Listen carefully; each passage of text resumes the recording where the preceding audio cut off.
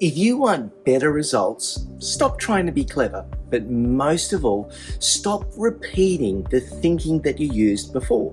Because here's the thing, the problems that you had yesterday will be vastly different to the problems that you have tomorrow. And the solutions that worked then will definitely not work today.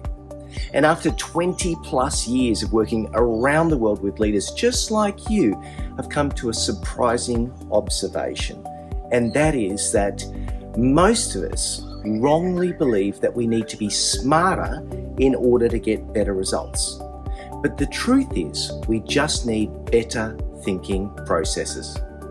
And in this video, I'm going to break down a few key belief shifts which totally change the way I approach problem solving, innovation, and results. And if you get these, you'll start solving problems faster, coming up and turning ideas into results without overthinking things. And the first belief shift that I really wish I'd learned many years ago is this: better questions equals better results. And when I think of where that happened for me, I remember a very old girlfriend from many years ago who used to work in the world of advertising. And when I was about to deliver a workshop, about a day or so before, she shared with me some of the workshop slides that they would use to help get brand ideas out. And what I noticed was that within that was a facilitator guide challenging people to ask better questions. So rather than saying, what do we stand for? The question might have been something like, if this product was a person and if they were to die, what would that product or that person be remembered for? And that one little shift in from what do we stand for to what do we want to be remembered for if it was an individual person totally changed the types of answers that were coming out. So what does that mean? When we're thinking about ways to come up with better solutions and better ideas, ask better questions. So rather than asking, where should we innovate? We might ask a question such as, where do we find we have the most frictions in our work? Or, when a problem pops up, where and when is it most likely to occur? Better questions lead to better solutions. Ask an average question and you're going to get very average results. And a second big belief shift I had was around problems, because problems really are opportunities in disguise. And when this really became apparent for me was when I experienced it as a customer myself, way back when I was looking at changing my superannuation fund. Now, this is by no means any financial endorsement of any organization, but I came across Virgin Money.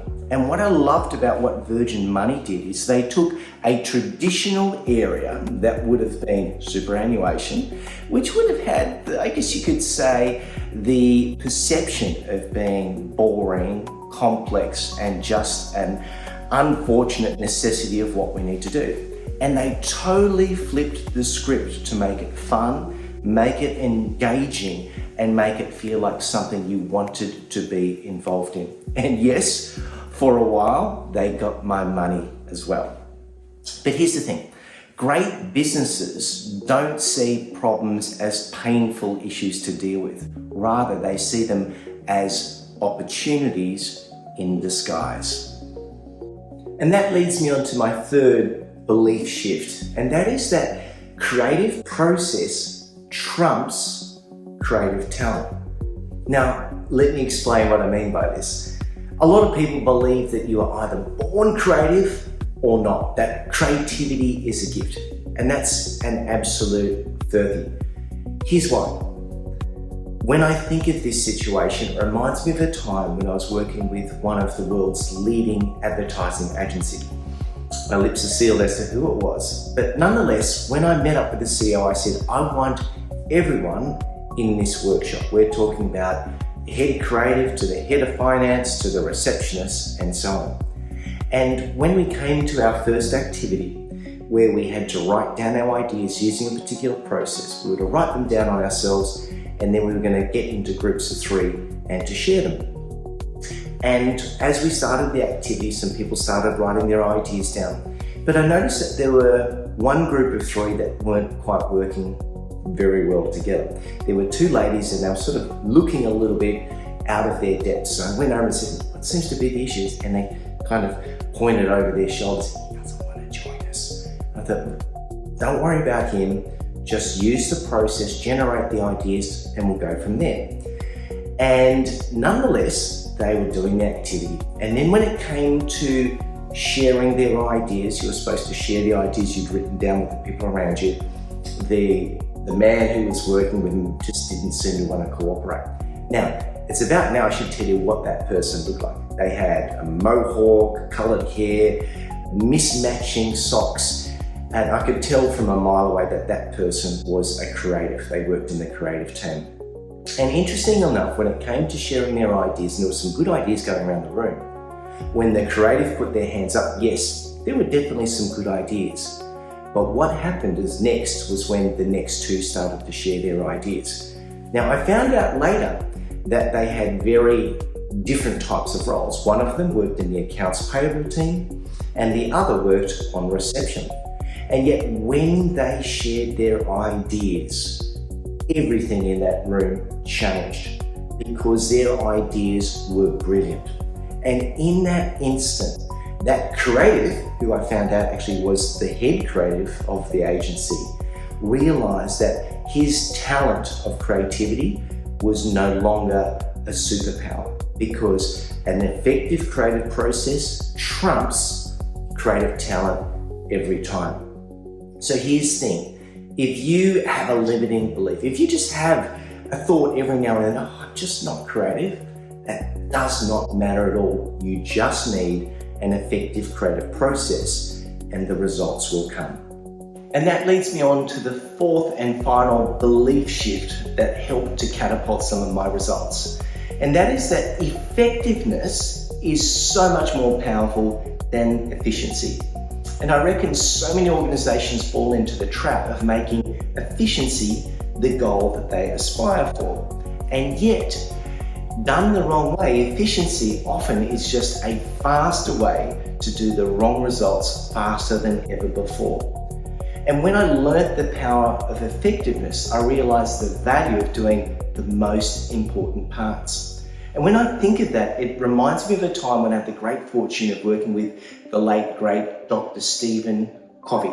Now, if you don't know who he is, you should know him, because he's the author of perhaps the most famous business book of all, 7 Habits of Highly Effective People. And I had the great fortune of working at a conference where he was speaking, doing Vox Pop. So I had a camera crew with me and I would go around and interview the amazing speakers. I was moonlighting as I was trying to get my innovation agency up and running.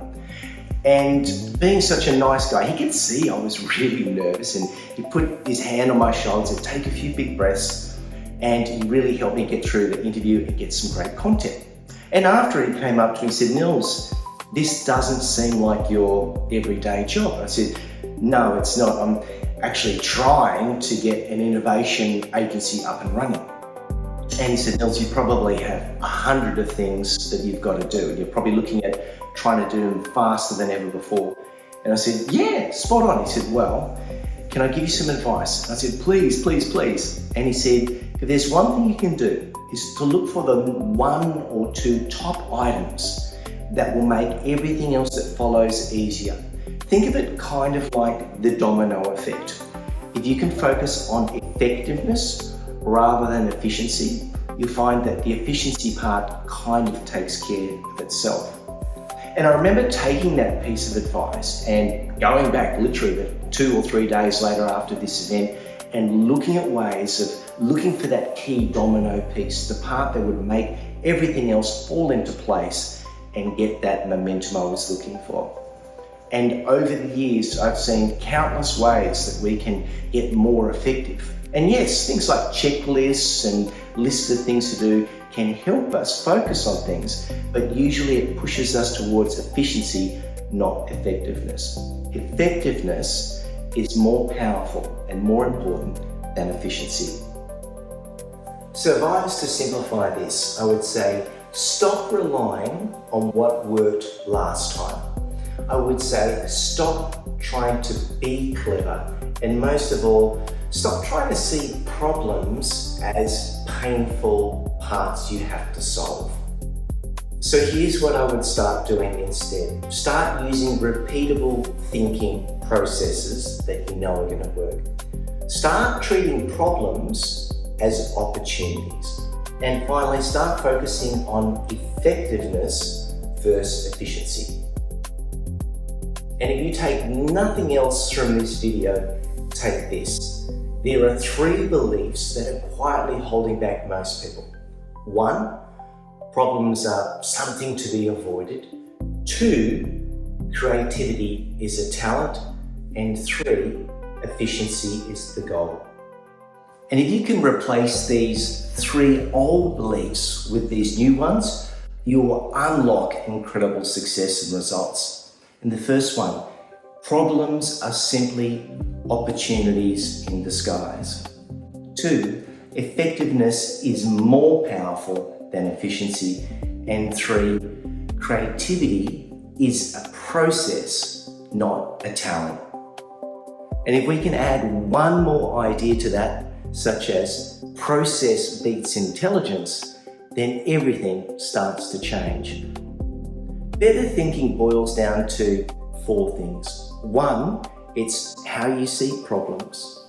2, it's the questions that you ask. 3, it's the type of processes that you use. And 4, it's whether you choose to focus on effectiveness or efficiency.